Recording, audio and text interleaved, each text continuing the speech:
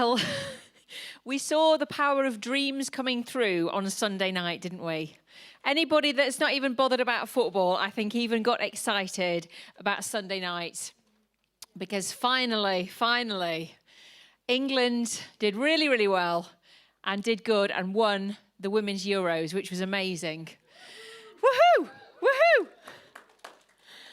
But I was just thinking about that this week and just thinking about, as they ran onto the pitch, the hopes of the nations were on them, their own hopes were there. And it was a culmination of dreams for so many, wasn't it? The players, the coaching staff, the fans, the country. Seems whenever we have any kind of sporting tournament, us Brits get a little bit overexcited, don't we? And we put all the hopes of the nation, they are going to win it, whatever, no matter who they're against, they're just going to win it. We are just the best at everything. And so often, sadly, it just doesn't happen, does it? Whereas actually this time, we all had a dream, they had a dream, and it actually came off, didn't it? And they won 2-0, 2-1. 2-1. They won 2-1, and it was against Germany, which obviously is a very strong footballing side. So it really was dreams come true. This morning, we're looking at dreams. We're continuing our series on Hall of Fame, based on Hebrews 11, looking at the great heroes of faith and what they can teach us for our lives today. We're all right with the packs, aren't we? Sorry, I was supposed to mention that, wasn't I? Yeah, you've got them now. Okay, sorry. Kids have got packs at the back. If anybody else would like a pack to keep them occupied during the service, I won't be offended, it's fine. I can't see you anyway, so it doesn't matter. Could all be colouring for all I know. So Joseph, we are looking at this morning, is a character in the Old Testament. We see him early in the story of the people of God.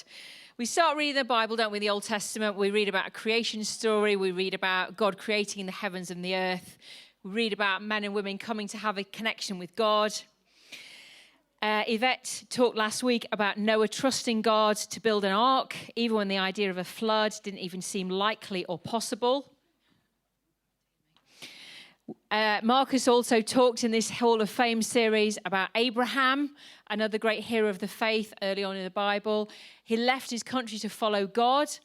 He hadn't really even kind of met him yet or made an agreement, an understanding with him yet, but he took that step of faith, left his country and went to follow a God that he was just really, really trusting because he'd not even had that relationship connection with him yet. And what a great example of faith that was. And then we read, don't we, Abraham and his wife Sarah have a baby, Isaac, even though they're far too old. That was a miracle in itself. And then Isaac and his wife then go on to have twins. Not one miracle, but two, even though they weren't supposed to be able to have kids at all. And here we are getting to Joseph now. Esau and Jacob, those twins, those miracle twins, have a parting of the ways, they fall out. They have a parting of the ways of differences, and they go their separate ways. Jacob parts company with his brother, goes on to make a life with himself and his family and his wives, not just one, but many in those days. Has 12 sons in the process, including Joseph. Here we are with Joseph. So here we find Joseph in Genesis 37. Jacob lived in the land where his father had stayed, the land of Canaan. And this is the account of Jacob. Joseph, a young man of 17, was tending the flocks with his brothers, the sons of Bilhah and the sons of Zilpah, his father's wives. And he brought their father a bad report about them.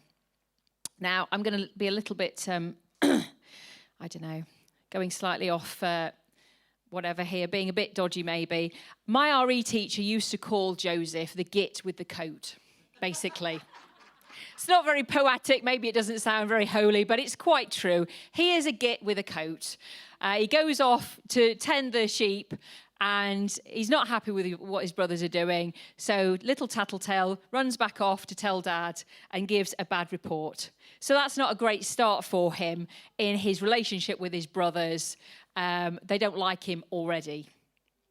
Here we read second passage further on in Genesis 37. Now Israel, that's Jacob, loved Joseph more than any of his other sons because he'd been born to him in his old age, and he made a richly ornamented coat for him.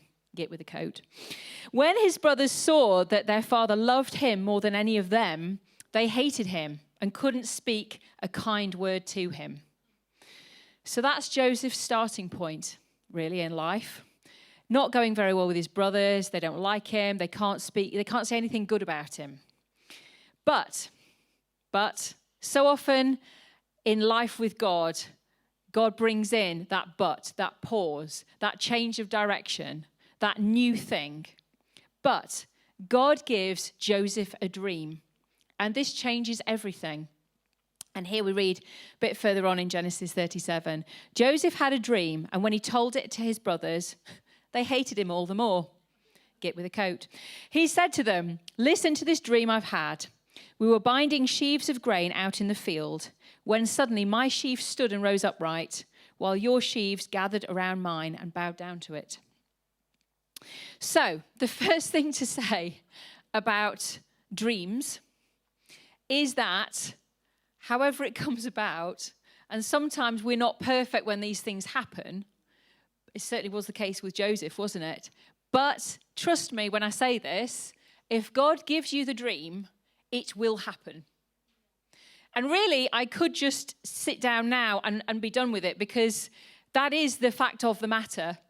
And from kind of my experience of life, from other people's experience of life, that is how it is. Sometimes we get bogged down in all the detail and the whys and the wherefores and how is it going to be and when is it going to be. But the truth this morning, and if you take anything away from all of this morning, please take this away. If God gives you a dream, it will happen. It's not a case, it's not a question of if it will happen. It's just a case of when it will happen. We see this in the life of Joseph. There are no doubts that God will bring that dream to pass in your life. He will do what he's promised to do. But sometimes we have to wait. Sometimes, like in the life of Joseph, we have to wait. And this can be the hardest time because it's the time of getting ready. It's the time of preparation. The dream seems amazing. The dream is awesome, and we want the dream to happen right now, right here and now. But so often it's the case that we have to wait.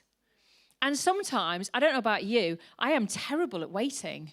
I really, really am. It's actually something I have to really make myself do. Because if we go into a shop and there's more than 2 people in the queue, I'm done. It's back on the shelf. Come on, kids. And the kids now are so used to it. They're a bit like, well, there's 2 people in the queue. Shall I go and start putting this stuff back, Mum? Because I've got no patience. I cannot do it. I cannot wait. But so often, we do have to wait when we're waiting for God to work in our lives and bring the dream around in our lives, bring it to pass in our lives. The time of preparation. And the thing with the waiting is that it makes us ready for the next step. It teaches us patience. It teaches us trust in God. Thankfully, there aren't any gits with coats in this room. We're not as bad as Joseph, but we all need those rough edges knocking off, don't we? We all need that refining process. Even if we're a great person, even if we've got a great character, we can have even better. We can have that bit more faith. We can have that bit more focus on God. We can have that bit better attitude. And so often this is what happens with God working in our lives, with the dream in our life, that we wait because we need preparation, because we just need to get ready. We need to get ready in ourselves. And sometimes, as we'll see in Joseph's story, it's just a time thing. It's just people, places, and events. And sometimes it's as simple as that. I know in my life I've been holding on to dreams of just like getting involved in stuff in church and serving God. And it's just been a question of right people, right time, right location, the whole lot. And actually, that's as simple as it is sometimes. We can spiritualize it, but actually sometimes we've just got to wait. We've just got to be patient. We've just got to wait for those situations to come together.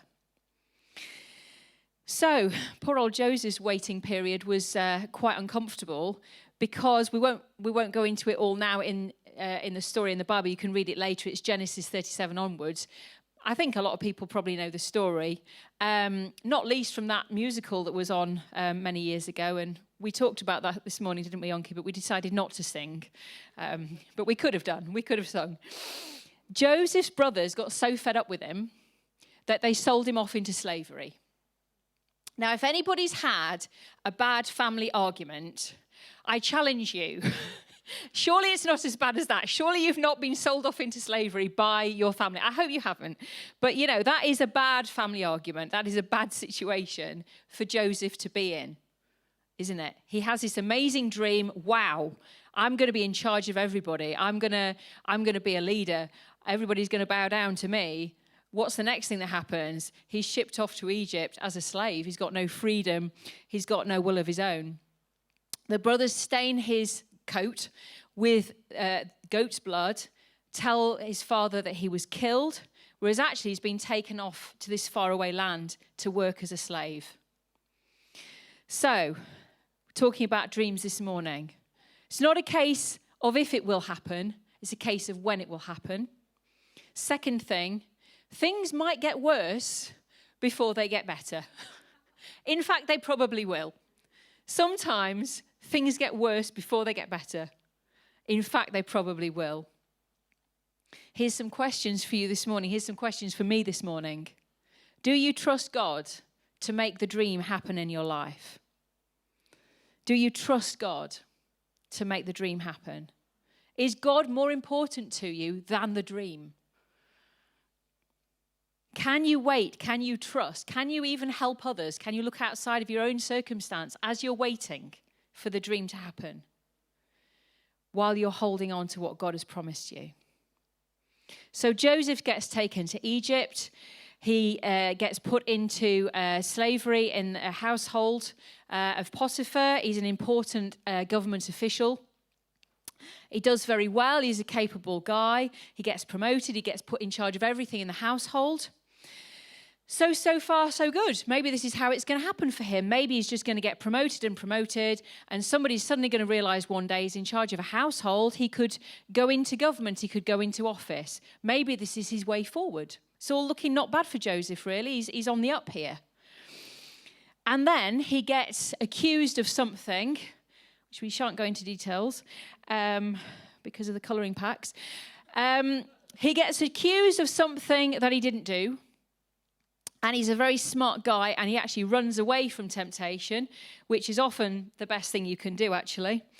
And he's put into prison, and they basically throw away the key. Potiphar is so outraged. He's like, I trusted you, and you've done this thing, and you're done. You go into prison. I'm just going to forget about you. Who's Joseph kind of thing. He's gone. He's in prison. He's thrown away the key.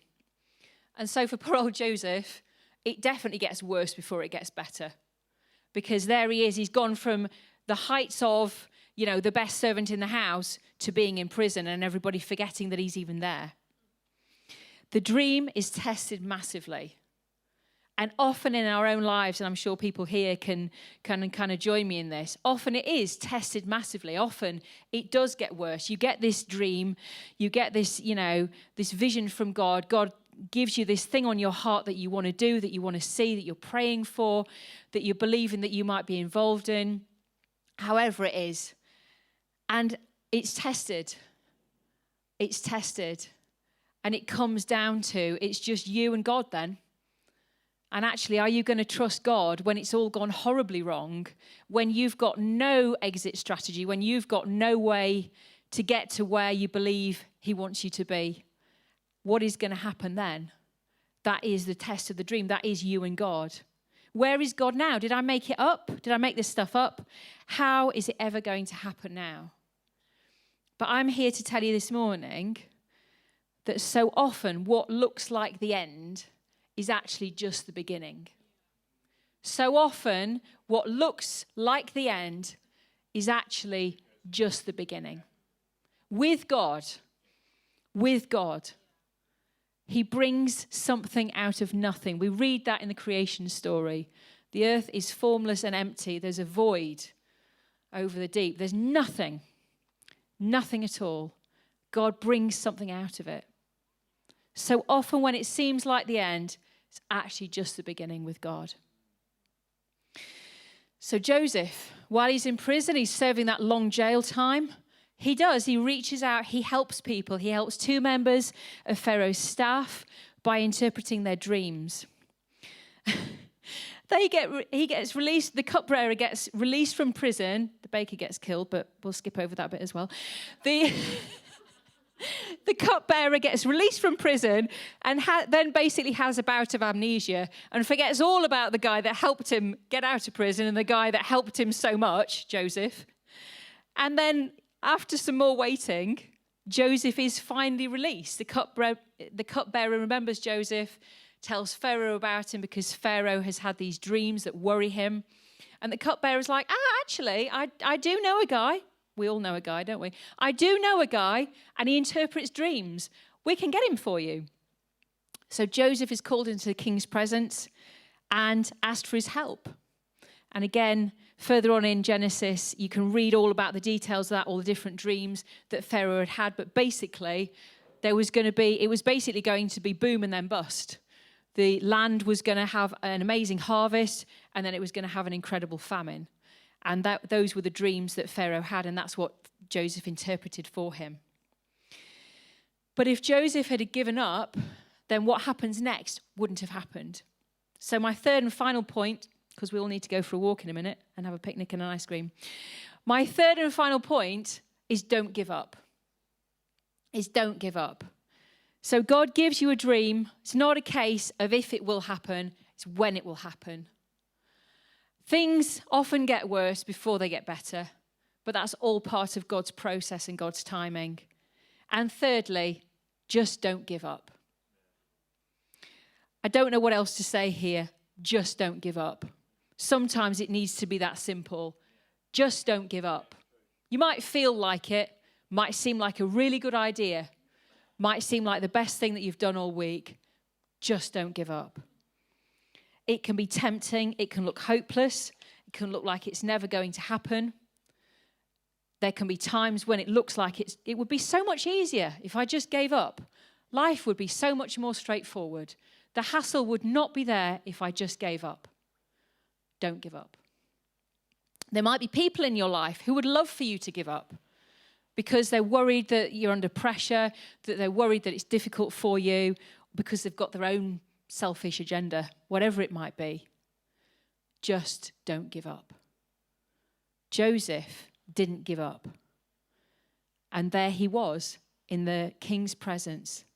There he was with the start of his destiny. There he was with the beginning of his dream coming true because he didn't give up.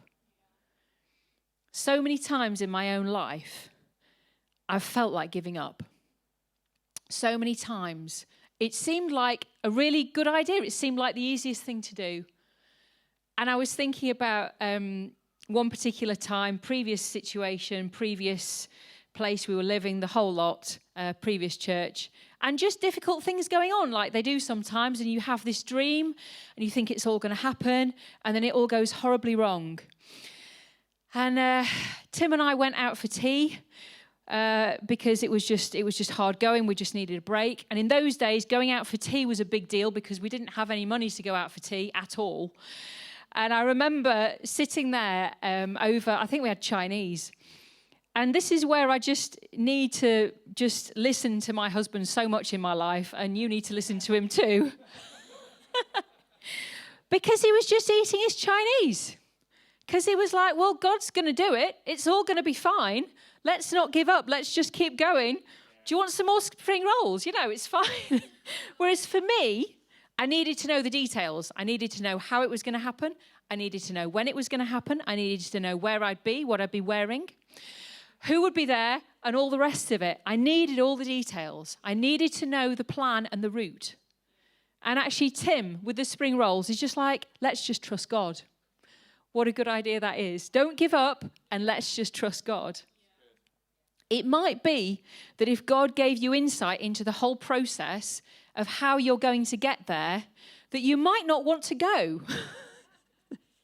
We can all identify, I'm sure, with those lockdown walks that started off, we had a 4-hour one where if we'd have known it was going to be 4 hours, and we knew it was going to be here, there and everywhere and climbing over things and up and down hills, we would never have started off. And isn't that the case sometimes in life? And I think that's why so often God doesn't give us the details. He gives us one step at a time. That's how we need to do things, isn't it? One step at a time. Trusting God, he will do it, and not giving up. So let me wrap it up then. Back to Joseph. He interprets Pharaoh's dream correctly. And suddenly he's in charge of the whole of Egypt. And this is a massive logistical thing because he's got to manage this huge harvest that is going to come in, and how that's going to work and where they're going to store it and make sure they don't eat too much, because then there's going to be famine afterwards, and he's got to work out how to distribute that. Genesis 41, verses 39 to 40. Pharaoh said to Joseph, "Since God made all of this known to you, there is no one so discerning and wise as you. You shall be in charge of my palace, and all my people are to submit to your orders. Only with respect to the throne will I be greater than you." If he'd have given up when things seemed hopeless and he was in that jail and there was no way out, that land would not have been saved. Those people would not have been saved. Those people from other lands that came to benefit from the abundance that they had would not have been saved if he'd have given up. So, if God gives you a dream, it will happen. Not a case of if it's going to happen, but when it's going to happen. Things might get worse before they get better. They probably will, but that's okay. And if they do, get Tim to take you out for spring rolls, and he'll tell you it's all going to be okay, that God's got it all in hand. And thirdly, just don't give up. Just keep going. If you need to get some encouragement, if you need somebody to get alongside you, have a chat with you, pray with you, whatever it is, then do that. But just don't give up. I'm just going to pray. And if anybody does want to have a chat with me afterwards, that would be brilliant. And a pray to do with what God's saying to you. Maybe this has just sparked something in you and you'd just like to talk to somebody about it and pray, then let's do that. But let me pray for us now, and I'll hand back to Onki. God, thank you that you are the God of the impossible. Thank you that you know the end from the beginning. And thank you that when you say you are going to do something, you do it. Thank you, as we sung this morning, that you are trustworthy, God, that you never let us go and you never give up on us. And God, I just pray that you would help us with the dreams that we have and the hopes that we have for life. Please encourage us, help us to understand that you are there with us in them. And please help us in the waiting as we wait for you to do that work in our lives. Thank you, Lord. Amen.